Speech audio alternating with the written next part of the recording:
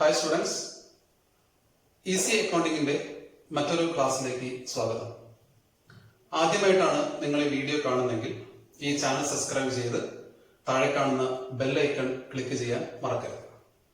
ഇനി നമുക്ക് ക്ലാസ്സിലേക്ക് പോവാം. ഇന്നത്തെ ക്ലാസ്സിൽ നമ്മൾ ഡിസ്കസ് ചെയ്യുന്നത് ജേർണലൈസിങ്ങിനെ കുറിച്ചാണ്. അക്കൗണ്ടൻസിയുടെ ഡെഫിനിഷൻ പഠിച്ച സമയത്ത് തന്നെ when we are studying the definition, we already studied the recording function of accounting. അക്കൗണ്ടൻസിയുടെ ആദ്യത്തെ ഫംഗ്ഷൻ ആണ് റെക്കോർഡിംഗ്. റെക്കോർഡിംഗ് ഫംഗ്ഷൻ നമ്മൾ ചെയ്യുന്നത് ഒരു പ്രത്യേക ബുക്കിലാണ്. That book is called journal. ആ ജേർണലിൽ എങ്ങനെ ഒരു ഫേമിന്റെ, ഒരു സ്ഥാപനത്തിന്റെ ജേർണലൈസിംഗ് നടത്താം, ഒരു സ്ഥാപനത്തിന്റെ ഫിനാൻഷ്യൽ ട്രാൻസാക്ഷൻ എങ്ങനെയാണ് ഒരു ബുക്കിൽ കൃത്യമായി അക്കൗണ്ടിംഗ് റൂളുകളോടെ നമ്മൾ റെക്കോർഡ് ചെയ്യുന്നത്, that is journalising. So we can go to the chapter journalising. So ജേർണലൈസിംഗിന് മുമ്പേ ജേർണൽ എന്താണ് എന്നുള്ളത് ഒരു ഫോർമാറ്റ് ആണ് നമ്മൾ ഈ ബോർഡിൽ കാണുന്നത്. ജേർണൽ എൻട്രി പ്രിപ്പയർ ചെയ്യുന്ന സമയത്ത് ജേർണലൈസിംഗിന് മുമ്പ് പ്രത്യേക ഒരു ഫോർമാറ്റ് കാണാൻ സാധിക്കും. So that journalising journal format will be date column, particulars column, ledger folio, debit amount, credit amount. ഇത്രയും കോളംസ് ആണ് ഒരു ജേർണലൈസിംഗിന് ജേർണൽ എൻട്രി എഴുതാൻ വേണ്ടി നമുക്കുണ്ടാകുന്ന ഒരു ഫോർമാറ്റ്. ഈ ഫോർമാറ്റിലേക്ക് എല്ലാ ഫിനാൻഷ്യൽ ട്രാൻസാക്ഷനെയും ഒരു ഫേമിന്റെ അകത്ത് ഏപ്രിൽ 1 സാമ്പത്തിക വർഷം തുടങ്ങുന്ന ഏപ്രിൽ 1 മുതലുള്ള മുഴുവൻ ഫിനാൻഷ്യൽ ട്രാൻസാക്ഷനെയും നമ്മൾ റെക്കോർഡ് ചെയ്യുന്നതാണ് നമ്മൾ ഈ ജേർണലൈസിംഗിന്റെ ജോലി. സോ ജേർണലൈസിംഗ് ചെയ്യണമെങ്കിൽ there is a rule. That rule we are applying for journalizing the financial transaction. ഈ റൂള് ട്രഡീഷണൽ അപ്രോച്ചും മോഡേൺ അപ്രോച്ചും നമ്മുടെ അക്കൗണ്ടൻസി ചാപ്റ്റേഴ്സിൽ കാണാൻ സാധിക്കും. But here it is very easy to follow the modern approach of rule of debit and credit. ആ റൂളാണ് ഈ ഒരു കോളത്തിൽ നിങ്ങൾക്ക് കാണാൻ സാധിക്കുന്നത്. 7 ഫിനാൻഷ്യൽ ട്രാൻസാക്ഷൻ ഞാൻ റെക്കോർഡ് ചെയ്ത് വെച്ചിട്ടുണ്ട്. 7 financial transaction 2020 January 1 to January 31. ഒരു ഫേമിന്റെ 7 ഫിനാൻഷ്യൽ ട്രാൻസാക്ഷൻ. ഈ ഫിനാൻഷ്യൽ ട്രാൻസാക്ഷൻ നമ്മൾ പഠിച്ചു വെച്ച ഫോർമാറ്റായ ജേർണലിലേക്ക് അക്കൗണ്ടിംഗ് റൂളുകൾ ഉപയോഗിച്ചുകൊണ്ട്, ഈ മോഡേൺ അപ്രോച്ച് റൂള് ഫോളോ ചെയ്തുകൊണ്ട് ഈ കാണുന്ന 7 ഫിനാൻഷ്യൽ ട്രാൻസാക്ഷൻസിനെ നമ്മൾ ഇവിടെ റെക്കോർഡ് ചെയ്യാൻ പോകുന്നു. സോ ഒരു ഫേമിന്റെ അകത്ത് ഏപ്രിൽ 1 മുതൽ മാർച്ച് 31 വരെ നമ്പർ ഓഫ് ട്രാൻസാക്ഷൻസ് ആണ് ഉണ്ടായിരിക്കുക. ആ നമ്പർ ഓഫ് ട്രാൻസാക്ഷൻസിൽ നമ്മൾ ജേർണലൈസിംഗ് +1 ക്ലാസ്സിൽ പഠിക്കുമ്പോൾ ഓരോ സെക്ഷനിൽ നമ്മൾ പഠിക്കുന്നു. ആദ്യം കുറച്ച് ബേസിക് ട്രാൻസാക്ഷൻസ് പഠിക്കും, അതിനുശേഷം ബാങ്കിങ് ട്രാൻസാക്ഷൻസ് പഠിക്കും, compound journal entries, discount transactions, rare transactions, adjustment entries. ഇങ്ങനെ ഓരോ സെക്ഷൻ വൈസ് ആയിരിക്കും നമ്മൾ ജേർണലൈസിംഗ് പ്രിപ്പയർ ചെയ്യുമ്പോൾ. സോ ഫസ്റ്റ് ഈ ഒരു ക്ലാസ്സിൽ നമ്മൾ പഠിക്കുന്നത് ഏറ്റവും സിമ്പിൾ ആയിട്ടുള്ള, കോമൺ ആയിട്ട് ഫേമിന്റെ അകത്ത് കാണാൻ സാധിക്കുന്ന ട്രാൻസാക്ഷനാണ് നമ്മൾ റെക്കോർഡ് ചെയ്ത് പഠിക്കുന്നത്. അതുകൊണ്ടാണ് നമ്മൾ റൂൾസ് അപ്ലൈ ചെയ്യുമ്പോൾ ഇത്തരത്തിലുള്ള കോമൺ ട്രാൻസാക്ഷൻ എടുത്തിട്ട് നമ്മൾ സ്റ്റഡി ചെയ്യാൻ നോക്കുന്നത്. See, I am going to explaining the rule of debit and credit under modern approach. Modern approach പ്രകാരം നമ്മുടെ അക്കൗണ്ടുകളെ 5 രീതിയിലാണ് ക്ലാസിഫൈ ചെയ്തിരിക്കുന്നത്. We are classifying all the accounts in 5 categories. The accounts are assets, liabilities, capital, expenses and losses, income and gain. ഒന്നാമത്തെ ചാപ്റ്ററിൽ നമ്മൾ accounting terms prepare ചെയ്യുമ്പോൾ പഠിക്കുന്ന സമയത്ത് what is asset, what is liability, what is capital, what is expense, what is income, ഇതെല്ലാം നമ്മൾ explain ചെയ്ത് കഴിഞ്ഞതാണ്. സോ ഇത്തരത്തിൽ ഒരു ഫേമിന്റെ അകത്തുള്ള ട്രാൻസാക്ഷൻസിനെ, അക്കൗണ്ടുകളെയും നമ്മൾ 5 രീതിയിലാണ് മോഡേൺ അപ്രോച്ച് പ്രകാരം നമ്മൾ ക്ലാസിഫൈ ചെയ്തത്. അസറ്റ് അക്കൗണ്ടുകൾ, ലയബിലിറ്റിയെ കുറിച്ച്, capital, expenses and incomes and gains. Then I give the heading debit and credit. അസറ്റ്സിനെ എപ്പോഴൊക്കെ നമുക്ക് ഡെബിറ്റ് ചെയ്യാം, എപ്പോഴൊക്കെ നമുക്ക് ക്രെഡിറ്റ് ചെയ്യാം. അതുപോലെ തന്നെ ലയബിലിറ്റികളെ എപ്പോഴൊക്കെയാണ് നമ്മൾ ഡെബിറ്റ് ചെയ്യുന്നത്, എപ്പോഴൊക്കെയാണ് നമ്മൾ ക്രെഡിറ്റ് ചെയ്യുന്നത്. സോ ക്യാപിറ്റലിനെയും എക്സ്പെൻസിനെയും ഇൻകത്തിനെയും നമ്മൾ എപ്പോഴാണ് ഡെബിറ്റ് ചെയ്യുന്നത്, എപ്പോഴാണ് ക്രെഡിറ്റ് ചെയ്യുന്നത്. So I M indicating A mark that is it is increases, it is decreases. So when it is increases what we can do, when it is decreases debit or credit. ഇതാണ് നമ്മൾ accounting റൂളിലൂടെ, ഈ ടേബിളിലൂടെ നമ്മൾ explain ചെയ്യാൻ പോകുന്നത്. C first assets.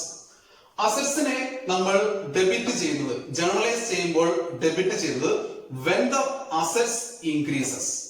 When assets increases, it is debit. Assets decreases, it will be credit. Assets ഉദ്ദേശിക്കുന്നത് fixed asset ആവാം, current asset ആവാം, cash ആവാം, ബിൽഡിംഗ് ആവാം, പ്ലാന്റ് ആവാം, മെഷീനറി ആവാം, ഫർണിച്ചർ ആവാം. ഇത്തരത്തിലുള്ള അസറ്റ്സുകൾ ഫേമിന്റെ അകത്ത് ഇൻക്രീസ് ആവുകയാണെങ്കിൽ, ഒരു ട്രാൻസാക്ഷനിലൂടെ ഇൻക്രീസ് ആവുകയാണെങ്കിൽ ആ അസറ്റ്സിനെ നമുക്ക് ഡെബിറ്റ് ചെയ്യേണ്ടി വരും. ഏതെങ്കിലും രീതിയിൽ അസറ്റ്സിന്റെ വാല്യൂ റെഡ്യൂസ് ആവുകയാണെങ്കിൽ, ഡിക്രീസ് ആവുകയാണെങ്കിൽ ആ അസറ്റ്സിനെ നമ്മൾ ക്രെഡിറ്റ് ചെയ്യേണ്ടി വരും. So first of all assets increases and debit and assets decreases credit. Then opposite liability. നമുക്ക് എല്ലാവർക്കും അറിയാം ലയബിലിറ്റി അസറ്റ്സിന്റെ ഓപ്പോസിറ്റ് ആണ്. അതുകൊണ്ട് തന്നെ റൂളും ഓപ്പോസിറ്റ് ആയിരിക്കും. അസറ്റ്സിന്റെ ഡെബിറ്റ് ചെയ്യുന്നത് ഇൻക്രീസ് ആവുന്ന സമയത്താണെങ്കിൽ ലയബിലിറ്റിയെ ഡെബിറ്റ് ചെയ്യുന്നത് ഡിക്രീസ് ആവുമ്പോഴാണ്. അതുപോലെ തന്നെ ലയബിലിറ്റി ഇൻക്രീസ് ആവുമ്പോൾ നമ്മൾ ക്രെഡിറ്റ് ചെയ്യുന്നു. എന്താണോ അസറ്റ്സിന് ചെയ്ത role, then opposite we can give to liability. Then the third account name is capital. We know the capital also a liability. Capital ഒരു ഫേമിന്റെ ലയബിലിറ്റി ആണ്, ഇൻവെസ്റ്റഡ് എമൗണ്ട് ആണ്. അത് capital same rule we can apply like liability. ക്യാപിറ്റലിന്റെ rule ലയബിലിറ്റിക്ക് എങ്ങനെയാണോ apply ചെയ്തത് അതേപോലെ തന്നെ നമുക്ക് അപ്ലൈ ചെയ്യാം. For example capital decreases debit, liability decreases debit. Then capital increases credit, liability increases credit. ഇങ്ങനെ ആദ്യത്തെ 3 അക്കൗണ്ടുകൾ asset, liability, then capital. Last നമുക്ക് അവസാനത്തെ 4ാമത്തെ 5ാമത്തെ account expense and losses increases debit, decreases credit. എക്സ്പെൻസിന്റെ ഓപ്പോസിറ്റ് ആണ് income. Income decreases debit, income increases credit. ഈ അക്കൗണ്ടിംഗ് റൂളുകൾ അപ്ലൈ ചെയ്തുകൊണ്ടാണ് ഒരു ഫേമിന്റെ അകത്തുള്ള ഫിനാൻഷ്യൽ ട്രാൻസാക്ഷനെ വളരെ ഈസി ആയിട്ട് നമുക്ക് ജേർണലൈസ് ചെയ്യാൻ സാധിക്കുക. So remember assets, liability, capital, expense and losses, incomes and gains. ഈ റൂള് അപ്ലൈ ചെയ്തുകൊണ്ട് ഈ ബോർഡിൽ കാണുന്ന ഈ ഒരു 7 ട്രാൻസാക്ഷനെ നമ്മൾ ജേർണലൈസ് ചെയ്യാൻ പോകുന്നു. 7 ഫിനാൻഷ്യൽ ട്രാൻസാക്ഷൻസിനെ മോഡേൺ അപ്രോച്ച് പ്രകാരമുള്ള അക്കൗണ്ടിംഗ് റൂളുകൾ അപ്ലൈ ചെയ്തുകൊണ്ട് നമ്മൾ ജേർണലൈസ് ചെയ്യാൻ പോവുകയാണ്. 7 ട്രാൻസാക്ഷനെ ആദ്യമായി ഡിസ്കസ് ചെയ്യുന്ന സമയത്ത് 2020 ജാനുവരി 1 2020 ജാനുവരി 1 മുതൽ ജാനുവരി 31 വരെയുള്ള ചുരുങ്ങിയ ഒരു 7 ട്രാൻസാക്ഷൻസ് ആണ് ഈ ബോർഡിൽ നമുക്ക് കാണാൻ സാധിക്കുന്നത്. January 1 the transaction will be started business with the cash ₹1 lakh. January 1-ാം തീയതി 1 lakh rupees ഉപയോഗിച്ചുകൊണ്ട് ഒരു ഫേം, ഒരു ബിസിനസ് സ്റ്റാർട്ട് ചെയ്തു. Then after 3 days, January 4th purchased goods for ₹10,000. 10,000 rupees use ചെയ്തുകൊണ്ട് നമ്മൾ ഗുഡ്സ് പർച്ചേസ് ചെയ്തു. The next transaction on January 6 purchased furniture for ₹20,000.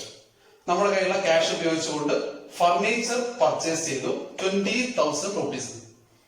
The next transaction on January 10 നമ്മുടെ ഒരു ഫേം പ്രൊഡക്ഷൻ തുടങ്ങി, ഗുഡ്സ് എല്ലാം പർച്ചേസ് ചെയ്തിട്ട് January 10 we are making the first sale, that is sold goods for cash ₹30,000. 30,000 rupees goods നമ്മൾ sale ചെയ്തു. 15th we received a commission, received commission ₹5,000.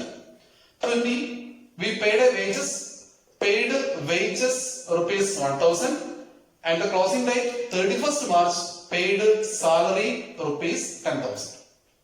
Very simple 7 transactions we can see here. 2020 January 1st to January 31st. These 7 financial transactions we are going to recording into journal with the help of modern system. So I am taking the first transaction, started business with the cash ₹1 lakh. ഈ ട്രാൻസാക്ഷനെ നമ്മൾ rules apply ചെയ്യുമ്പോൾ നമുക്കറിയാം ഈ firm തുടങ്ങാൻ പോകുന്നേ ഉള്ളൂ. It is going to starting. So start ചെയ്യുന്നതിന് മുമ്പേ business start ചെയ്യുന്നതിന് മുമ്പേ started business with cash means the firmന്റെ അകത്ത് cash balance will be 0. Firm തുടങ്ങുന്നതിന് തൊട്ട് മുമ്പേ ഫേമിന്റെ അകത്തുള്ള ക്യാഷ് ബാലൻസ് 0. സെയിം ടൈം ഒരു ഇനീഷ്യൽ എമൗണ്ട് ഫേമിലേക്ക് ഇൻവെസ്റ്റ് ചെയ്യുമ്പോൾ that amount will be the capital of the firm.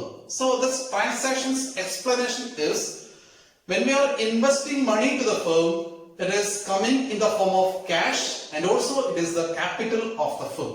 See, so here before starting the business with 1 lakh rupee, the cash balance will be 0 and the capital balance also 0. ഫേമിലേക്ക് 1 lakh റുപ്പീസിന്റെ capital വരുന്നതിന് തൊട്ട് മുമ്പേ ഫേമിന്റെ അകത്തുള്ള cash ബാലൻസും 0 ആണ്, capital ബാലൻസും 0 ആണ്. Then after the transaction, January 1st in the transaction is started business with the cash. That means the cash balance will be increased to 1 lakh. അതേവരെ 0 balance ആയിരുന്ന ക്യാഷ് ബാലൻസ് 1 lakhലേക്ക് ഇൻക്രീസ് ആവുന്നു. And also capital is coming in the form of cash. അതുവരെ capital balance 0 ആയിരുന്ന ഫേമിന്റെ അകത്ത് capital balance also increasing to 1 lakh. See, so explanation of this transaction is, first transaction is the cash balance is increasing, the capital balance also increasing. ഫേമിന്റെ അകത്തുള്ള cash 1 lakhലേക്ക് കൂടുന്നു, അതുപോലെ തന്നെ ഫേമിന്റെ capital 0 നിന്ന് 1 lakhലേക്ക് increase ആവുന്നു. And moreover, the cash is an example of asset. Cash is an example of asset. Capital also a liability. It is capital already in the table. That is the rules of debit and credit. Capital already in the table. See, then we can connect this transaction to the table. When the asset increases, cash increases means the firm's asset will be increasing. The asset increases means the cash will be debit. Assets increase ആവുന്ന സമയത്ത് നമ്മൾ debit ചെയ്തിരിക്കണം. That is the rule of debit and credit. So here cash is an example of asset. The cash balance is increasing. That means the asset is increasing. So we can give debit to the cash. ഈ ട്രാൻസാക്ഷന്റെ അകത്ത് cash increase ആയതുകൊണ്ട്, cash അസറ്റിന്റെ example ആയതുകൊണ്ട് ക്യാഷിന് നമുക്ക് debit ചെയ്യാം. Then capital. Capital also increasing to 1 lakh. In case of capital, capital increases is credit. So here the capital will be credit. So this is the explanation of rules of debit and credit. See, every transaction we going to identify what element is debit and what element is credit. After identifying the debit and credit, we can go to the columns of journal. എങ്ങനെയാണ് ഈ debit ആയ ക്യാഷിനെയും credit ആയ ക്യാപിറ്റലിനെയും നമ്മുടെ ജേർണലിലേക്ക് record ചെയ്യുക നോക്കാം. The first column is date. The date will be 2020 January 1st. Then second column, particulars. The particulars is the detailed record of the transaction. What is debit? What is credit? So the debit item will be cash. So we are opening with the cash. Cash account debtor. This is the way. Cash account debit. Cash account debtor to capital account. See, what is debit? That debit item you want to record here. What is credit item? That credit element you want to record as to capital. See, this transaction, cash is debit, capital is credit. So cash we recorded as debit and capital we recorded as credit. Ledger folio, I think we are writing here. Then amount columns. See, the first amount column, debit amount, second amount column, credit amount. See, this is the debit cash, this is the credit capital. So, debit cash, it is 1 lakh rupees, that 1 lakh rupee we are recording straight to the cash. Then credit is capital, so capital straight 1 lakh rupees we are recording here. So amount എഴുതുന്ന രീതിയും അങ്ങനെ തന്നെയാണ്. ഏതിനാണോ debit amount ഉള്ളത് ആ debit ഐറ്റത്തിന് നേരെ ക്യാഷിന് നേരെ 1 lakh. Capital also 1 lakh, capital നേരെയും 1 lakh. ഇങ്ങനെ എമൗണ്ട് ഡെബിറ്റ് കോളത്തിലും ക്രെഡിറ്റ് കോളത്തിലും നമ്മൾ റെക്കോർഡ് ചെയ്യും. The last process of journal, writing of narration. ഈ ഒരു ജേണൽ എൻട്രി പാസ് ചെയ്ത് കഴിഞ്ഞാൽ ഡെബിറ്റും ക്രെഡിറ്റും റെക്കോർഡ് ചെയ്ത് കഴിഞ്ഞാൽ ഇമ്മീഡിയറ്റ് ആയിട്ട് ഈ ജേണലിനകത്തുള്ള ഒരു നരേഷൻ നമ്മൾ റെക്കോർഡ് ചെയ്യും. നരേഷൻ മീൻസ് എന്താണോ ഈ ജേണൽ എൻട്രി എഴുതാനുള്ള reason or what is A transaction, അതിന്റെ ഏറ്റവും ചെറിയ രൂപത്തിൽ ഏറ്റവും സിംപ്ലിഫൈ ആയിട്ടുള്ള ഫോമിലാണ് നരേഷൻ നമ്മൾ റെക്കോർഡ് ചെയ്യും. See here the narration will be, we are starting with being started business with cash. This is the narration. So that narration, after narration we can close the first journal entry. So this is the recording function in accounting. Every financial transaction we are recording into journal in this way. For recording we are going to apply the rules of debit and credit. Then we can go to the second. Okay, the second transaction is purchased goods for cash rupees 10,000. See, നമ്മുടെ കയ്യിലുള്ള cash balance ഇപ്പോൾ 1 lakh rupees ആണ്. ആ 1 lakh rupeesലെ 10,000 rupees use ചെയ്തുകൊണ്ട് ആ ഫേമിൽ goods purchase ചെയ്യുന്നു. Goods means they are not giving any name what type of article they purchased. So here this transaction there are two elements. The first one is purchases and we are using cash for purchasing. So when we are using cash for purchasing, the next element will be cash. Then whether it is increase or decrease, that we can check. ഫേമിന്റെ അകത്ത് ഇതുവരെ നമ്മൾ purchases ഒന്നും നടത്തിയിട്ടില്ല. നമ്മൾ firm start ചെയ്തു, cash invest ചെയ്തിട്ടുണ്ട്, capital നമ്മുടെ കയ്യിലുണ്ട്. ഇനി നമ്മൾ ഫേമിൽ പർച്ചേസസ് നടത്താൻ പോവാണ്. പർച്ചേസസ് നടത്തുമ്പോൾ ഇതുവരെ 0 പർച്ചേസസ് ആയിരുന്നു നമ്മൾ നടത്തിയത്. 0 പർച്ചേസസ് നടത്തിയപ്പോൾ പർച്ചേസസ് ആയിരുന്നു നമ്മുടെ കയ്യിലുണ്ടായിരുന്നത്. ഇനി നമ്മൾ 10,000 rupeesന്റെ പർച്ചേസസ് നടത്തുന്നു. That means purchases increased. Purchases increased. Purchases is an example of expense. നമ്മൾ ക്യാഷ് കൊടുക്കുമ്പോൾ നമുക്ക് എക്സ്പെൻസ് ആണ്. So purchases is an example of expense. Expenses, we can check the rule of expense in the tab. എക്സ്പെൻസിന്റെ rule എന്ന് പറയുന്നത് expense increase ആവുന്ന സമയത്ത് debit, expense decrease ആവുന്ന സമയത്ത് ക്രെഡിറ്റ്. ഈ ക്വസ്റ്റിനകത്ത് ഈ ട്രാൻസാക്ഷനകത്ത് എക്സ്പെൻസസ് ഇൻക്രീസ് ആവുകയാണ്, 10,000 ഇൻക്രീസ് ആവുന്നു. That means here purchases will be the debit item. Be identified. Then another hand, cash.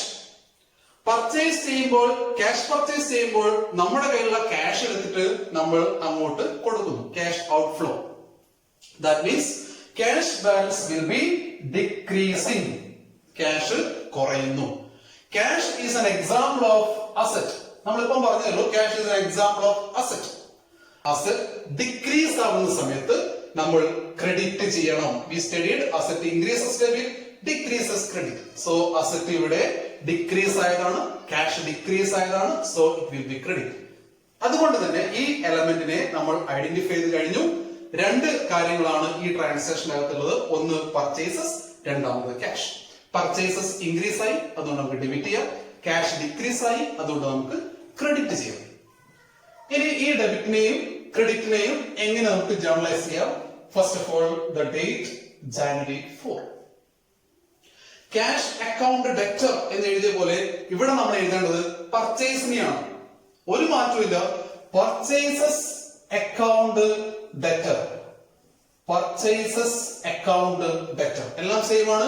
ക്യാഷിന് പകരം നമ്മളിവിടെ പർച്ചേസിന് ഡെബിറ്റ് ചെയ്തു. Purchase account debtor. നേരത്തെ ക്യാഷ് ഡെബിറ്റ് ആയിരുന്നു, ഇവിടെ ക്യാഷിനെ ക്രെഡിറ്റ് എലമെന്റ് ആണ്. ടു ക്യാപിറ്റലിന് പകരം നമ്മൾ എഴുതേണ്ടത് to cash. to cash account. Amount നേരത്തെ എഴുതിയ പോലെ തന്നെയാണ്. 10,000 rupees purchases. 10,000 rupees purchases and cash is decreasing 10,000 rupees cash column. Cash credit amount column. ഇനി last item, last procedure, being purchased goods for cash. Then we can close the second journal entry.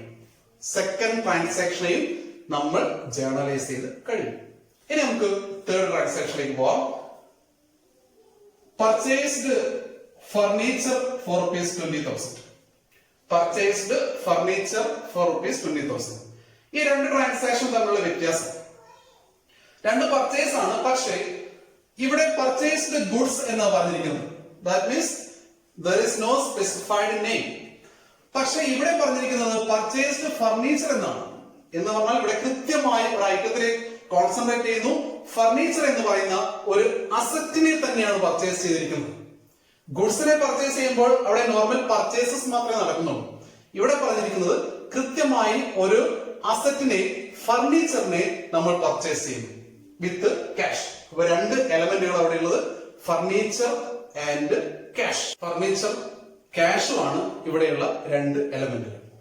Cash കൊടുത്ത് furniture വാങ്ങുമ്പോൾ ഇതുവരെ നമ്മുടെ ഫേമിന്റെ അകത്ത് furniture ഇല്ലായിരുന്നു, zero balance. Now after purchasing the furniture balance is increasing to 20,000. നമ്മുടെ കയ്യിൽ 20,000 rupees valuable ആയിട്ടുള്ള furniture നമ്മുടെ കയ്യിലേക്ക് വരുന്നു. ബട്ട് ക്യാഷിന്റെ കാര്യമാണെങ്കിൽ ആ ക്യാഷ് 20,000 rupees ക്യാഷ് ഡിക്രീസ് ആവുന്നു. Furniture is an example of asset. Cash also an example of asset. Furniture എന്ന് പറയുന്ന അസറ്റ് ഇൻക്രീസ് ആവുന്നു, ക്യാഷ് എന്ന് പറയുന്ന അസറ്റ് ഡിക്രീസ് ആവുന്നു. അസറ്റ് ഇൻക്രീസ് ആവുമ്പോൾ ഡെബിറ്റ്, അതുകൊണ്ട് ഫർണിച്ചറിനെ നമുക്ക് ഡെബിറ്റ് ചെയ്യാം. നേരത്തെ ചെയ്ത പോലെ തന്നെ ക്യാഷിന് നമുക്ക് ക്രെഡിറ്റ് ചെയ്യാം. ആ എലമെന്റിനെ നമ്മൾ ഡെബിറ്റ് ആണോ ക്രെഡിറ്റ് ആണോ എന്ന് ഐഡന്റിഫൈ ചെയ്ത് കഴിഞ്ഞു. Then we can go to the journal format.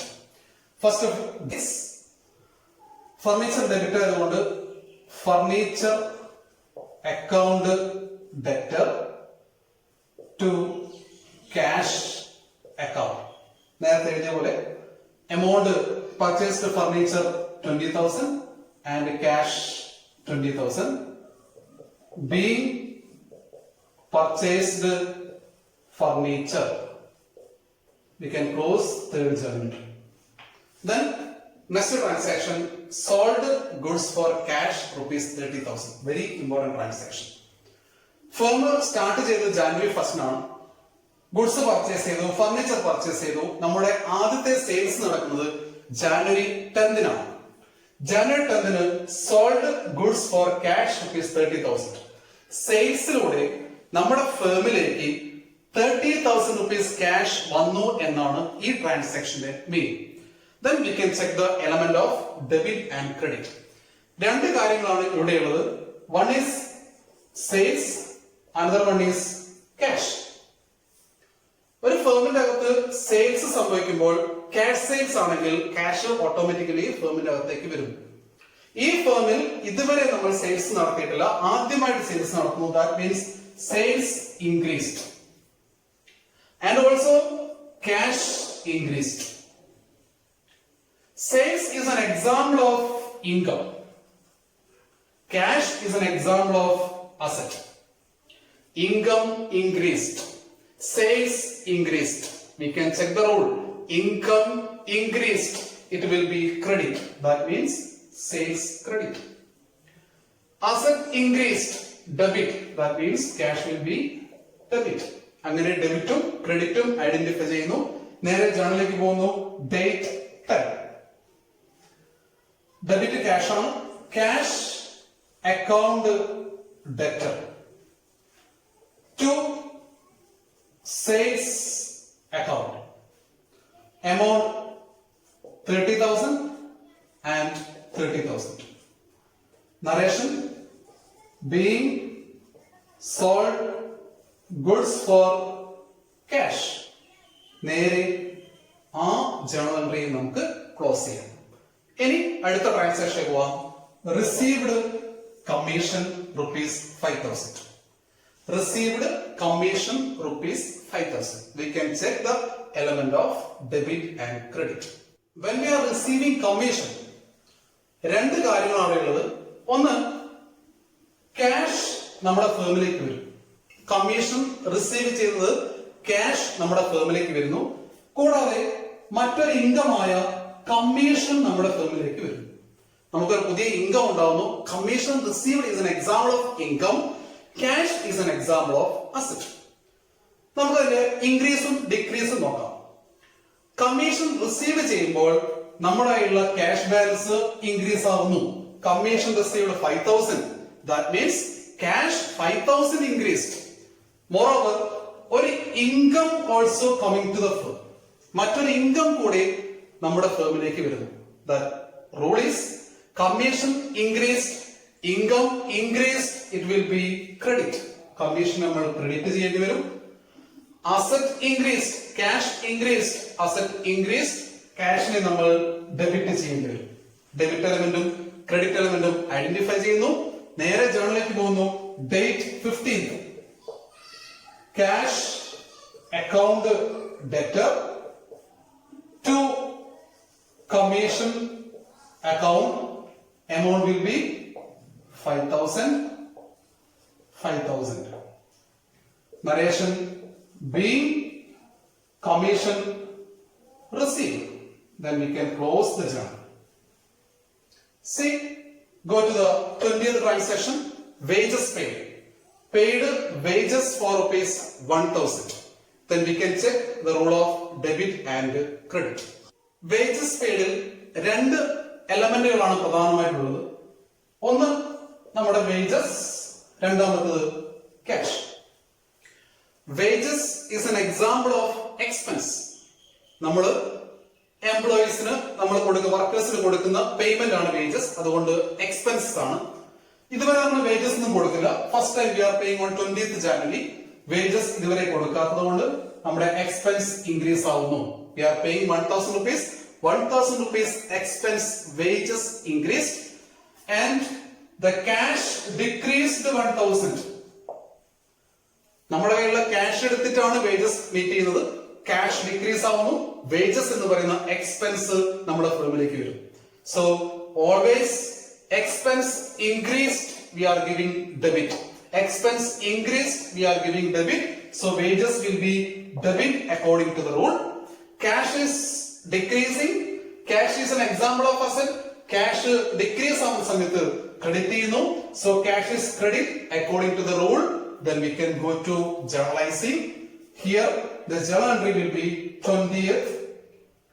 Wages account debtor to cash being paid wages. Amount 1,000. ഇതേ റൂൾ തന്നെയാണ് സാലറി പെയ്ഡ് നമ്മൾ അപ്ലൈ ചെയ്യുന്നത്. വേജസിന് പകരം സാലറിയാണ് നമ്മൾ കൊടുക്കുന്നതെങ്കിൽ the name of the expense only change ചെയ്യും. വേജസ് എന്ന് പറയുന്ന ഒരു എക്സ്പെൻസിന് പകരം നമുക്ക് സാലറി എന്ന് പറയുന്ന ഒരു എക്സ്പെൻസ് വരുന്നു എന്ന് മാത്രം. So 31st very easily we can salary account debtor to cash being paid salary. We can give salary amount 10,000. After all, we can close the journal. This is the way of recording journal, recording into journal. According റൂളുകൾ apply ചെയ്തുകൊണ്ട് journalise ചെയ്യുന്ന modern അപ്രോച്ചുകൾ apply ചെയ്തുകൊണ്ട് journalise ചെയ്യുന്ന രീതിയാണ് നമ്മളിപ്പോൾ discuss ചെയ്യുന്നത്. ഇനി ഓരോ പ്രാവശ്യവും നമ്മൾ ട്രാൻസാക്ഷൻ എടുത്ത് ജേർണലൈസ് ചെയ്യാൻ നോക്കുമ്പോൾ എല്ലാ പ്രാവശ്യവും നമ്മൾ ഇങ്ങനെ ഓരോ റൂള് അപ്ലൈ ചെയ്യുന്ന രീതി നമ്മൾ നോക്കേണ്ട ആവശ്യമില്ല. We already studied. Started business with cash, always cash account debtor to capital. Purchased goods, always purchase account debtor cash. Purchased furniture, very important. ഫർണിച്ചറിന്റെ പേര് ഒരു പക്ഷേ അവിടെയുള്ള അസറ്റിന്റെ നെയിം ഒരു പക്ഷെ മാറിയേക്കാം. ഫർണിച്ചർ ആണ് പർച്ചേസ് ചെയ്യുന്നതെങ്കിൽ furniture account debtor cash. Building ആണ് പർച്ചേസ് ചെയ്യുന്നതെങ്കിൽ building accounted to cash. Land ആണ് പർച്ചേസ് ചെയ്യുന്നതെങ്കിൽ land accounted to cash. Machinery ആണ് പർച്ചേസ് ചെയ്യുന്നതെങ്കിൽ machinery accounted to cash. When you are purchasing any asset with cash, that asset's name you can give as debit to cash. Then cash accounted to sales, cash accounted to commission. ഏതെങ്കിലും income receive ചെയ്യുമ്പോൾ commission ആവാം, rent ആവാം, interest ആവാം. ഇത്തരത്തിലുള്ള income received ആണെങ്കിൽ cash accounted to commission, interest ആണെങ്കിൽ cash accounted to interest, rent ആണെങ്കിൽ cash accounted to rent, you can pass the journal entry. No need of applying again and again the rule. Then expenses meeting. Wages ഒരു expense ആണ്, salary ഒരു expense ആണ്, rent ഒരു expense ആയിട്ട് കാണാം. ഇങ്ങനെ ഏതെങ്കിലും ഒരു എക്സ്പെൻസിനെ മീറ്റ് ചെയ്യുമ്പോൾ എക്സ്പെൻസിനെ ഡെബിറ്റ് ചെയ്തുകൊണ്ട് ക്യാഷിനെ ക്രെഡിറ്റ് ചെയ്യാം. വേജസ് ആണെങ്കിൽ wages accounted to cash, salary ആണെങ്കിൽ salary accounted to cash, interest paid interest accounted to cash. ഇങ്ങനെയാണ് ജേർണലൈസിംഗിന്റെ ഒരു ബേസിക് പ്രൊസീജിയർ നമ്മൾ ഡിസ്കസ് ചെയ്യുന്നത്. ഈ ഒരു ക്ലാസ്സിൽ നമ്മൾ പഠിച്ചത് വളരെ ബേസിക് ആയിട്ടുള്ള ജേർണലൈസിംഗ് ആണ്. അക്കൗണ്ടിംഗ് റൂളിനെ അപ്ലൈ ചെയ്യുന്നത് എങ്ങനെയാണ് എന്നുള്ള ഒരു ക്ലാസ് ആണ് നമുക്ക് കംപ്ലീറ്റ് ചെയ്യാൻ പറ്റും. ഇനി ജേർണലൈസിംഗ് ഒരു വലിയ ജോലിയാണ്. ഒരുപാട് ട്രാൻസാക്ഷൻസ് ഫേമിന്റെ അകത്തുണ്ടാവും. നേരത്തെ പറഞ്ഞതുപോലെ ഡിസ്കൗണ്ടിന് ട്രാൻസാക്ഷൻ പഠിക്കാനുണ്ട്, അഡ്ജസ്റ്റ്മെന്റ് എൻട്രീസ് പഠിക്കാനുണ്ട്, ബാങ്കിങ് ട്രാൻസാക്ഷൻസ് പഠിക്കാനുണ്ട്, റയർ ട്രാൻസാക്ഷൻസ് പഠിക്കാനുണ്ട്. ഇത്തരത്തിലുള്ള ഒരുപാട് ട്രാൻസാക്ഷൻസ് എങ്ങനെ ജേർണലൈസ് ചെയ്യാം എന്നുള്ളത് നമുക്ക് പഠിക്കാനുണ്ട്. അങ്ങനെ ബേസിക് കഴിഞ്ഞ് ഇനി അത്തരത്തിലുള്ള ട്രാൻസാക്ഷനിലേക്ക് അടുത്ത ക്ലാസ് മുതൽ നമ്മൾ പോകും.